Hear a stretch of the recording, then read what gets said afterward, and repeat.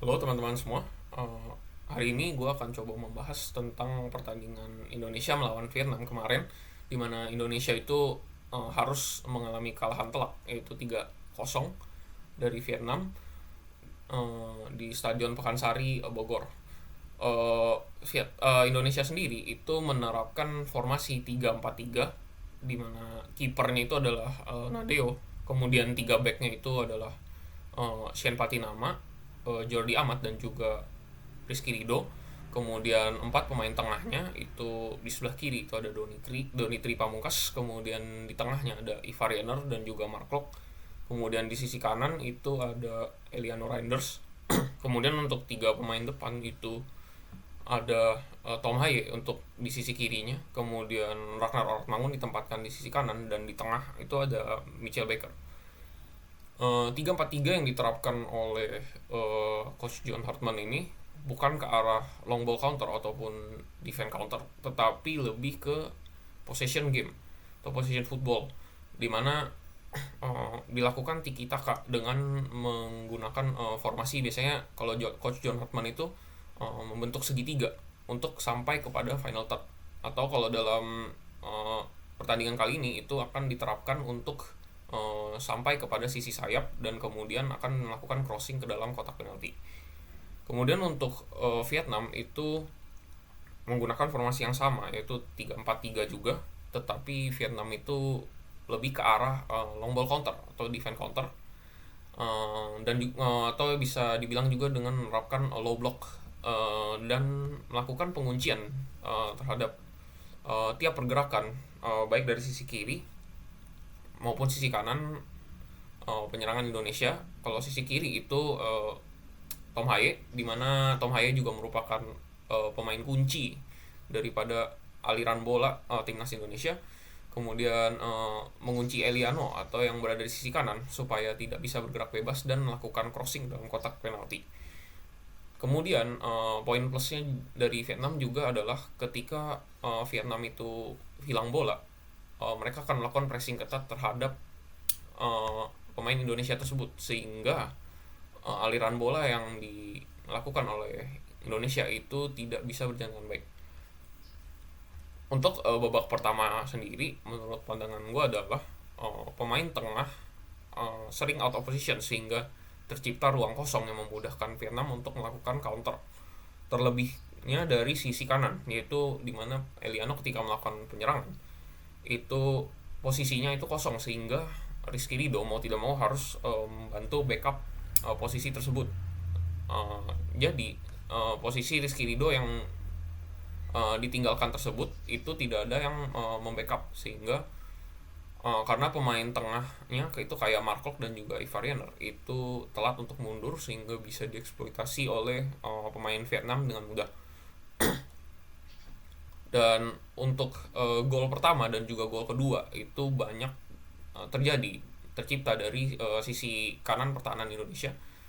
Untuk gol pertamanya itu karena kalau pandangan gue adalah gol pertamanya itu terjadi karena kesalahan koordinasi antara Jordi Amat dan juga Rizky Ridho, di mana ketika terjadi pressing yang ketat dilakukan oleh pemain Vietnam, uh, Rizky Ridho itu sempat salah mengontrol bola, dan menyebabkan pemain Vietnam langsung menyambar bola tersebut. Dan Nadeo juga melakukan kesalahan di mana posisinya itu ketika ingin memblok atau menepis bola itu salah, sehingga bisa diciptakan gol oleh Van Veen Nguyen. Kemudian untuk gol kedua itu juga hampir mirip, tetapi gol kedua itu akibat lini pertahanannya itu kosong. Jadi Hai Long Nguyen itu bisa mencetak gol dari sisi yang sama juga. Kemudian di babak pertama itu ada momen di mana Tom Haye itu mendapatkan kartu kuning setelah melakukan tackle terhadap Van Veen Nguyen. Kemudian Indonesia juga sempat menciptakan peluang melalui crossing Eliano pada menit-menit akhir, yang sempat disambut Baker tetapi masih belum mengarah ke gawang. Kemudian banyak juga di sini babak pertama yang gue lihat banyak yang underperform, kayak misalkan Nadeo yang tadi sempat gue mention, di mana dia gagal menepis dan juga salah posisi dalam menjaga.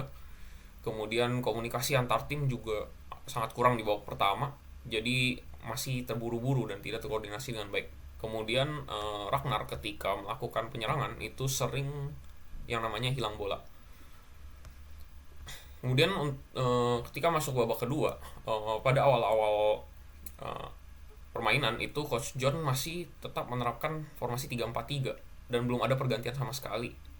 Sehingga akhirnya pada menit uh, 65 itu ada 3 pergantian pemain yang dilakukan oleh timnas Indonesia, di mana Ragnar itu diganti oleh Jens Reven, kemudian Donitri diganti oleh Tim Gapens, dan juga Mark Klok diganti oleh Beckham Putra, sehingga membuat formasi yang awalnya 3-4-3 menjadi 3-5-2, di mana Reven dan juga Becker dijadikan dua striker di depan. Kemudian ada gol ketiga di mana terjadi pada menit 71 oleh Nguyen Swanson, di mana kesalahan Jordi Amat yang terlalu maju saat serangan dilakukan oleh Vietnam, sehingga menyebabkan lini pertahanan Indonesia jadi gampang dieksploitasi oleh Nguyen Swanson, sehingga menyisakan dua pemain belakang. Kemudian menit 81 itu ada pergantian dari Vietnam juga, di mana Don Van Hal masuk dan juga Hat Min masuk untuk memperkuat pertahanan dari Vietnam. Kemudian menit 82 ada pergantian yang dilakukan oleh Indonesia juga, di mana Mitchell Baker digantikan oleh Rizky Eka Pratama yang menciptakan peluang emas dengan heading yang mengarah ke gawang dari umpan, kalau tidak salah itu adalah Tom Haye yang memberikan umpan. Kemudian pergantian terakhir itu dilakukan oleh Indonesia juga dengan memasukkan Rehan Hanan menggantikan Ivar Jenner di menit 90 plus 2. Jadi secara keseluruhan itu Indonesia berhasil menciptakan 10 tembakan, di mana on target itu ada 3 dan off target itu ada 7. Sedangkan Vietnam itu 11 tembakan dengan 6 shot on target dan juga 5 off target. Kemudian untuk possession sendiri dimenangkan oleh Indonesia dengan 58% dan juga Vietnam itu possessionnya 42%. Di sini itu dibuktikan bahwa possession itu tidak cukup untuk membantu memenangkan suatu pertandingan. Dan pada akhirnya tim yang mencetak gol itu adalah tim yang bisa memenangkan pertandingan tersebut. Jadi menurut gue sendiri, Coach John itu harus melakukan evaluasi juga terhadap Indonesia mengenai match hari ini, karena pada match day terakhir itu melawan Singapura pada tanggal 7 Agustus 2026 itu mainnya di kandang Singapura di Jalan Besar. Di sini itu adalah momen krusial bagi timnas Indonesia, di mana timnas Indonesia mau tidak mau harus memenangkan pertandingan terakhir ini apabila masih ingin lolos ke semifinal ASEAN Championship 2026. Semoga Indonesia bisa memenangkan pertandingan pada saat melawan Singapura nanti. Thank you teman-teman.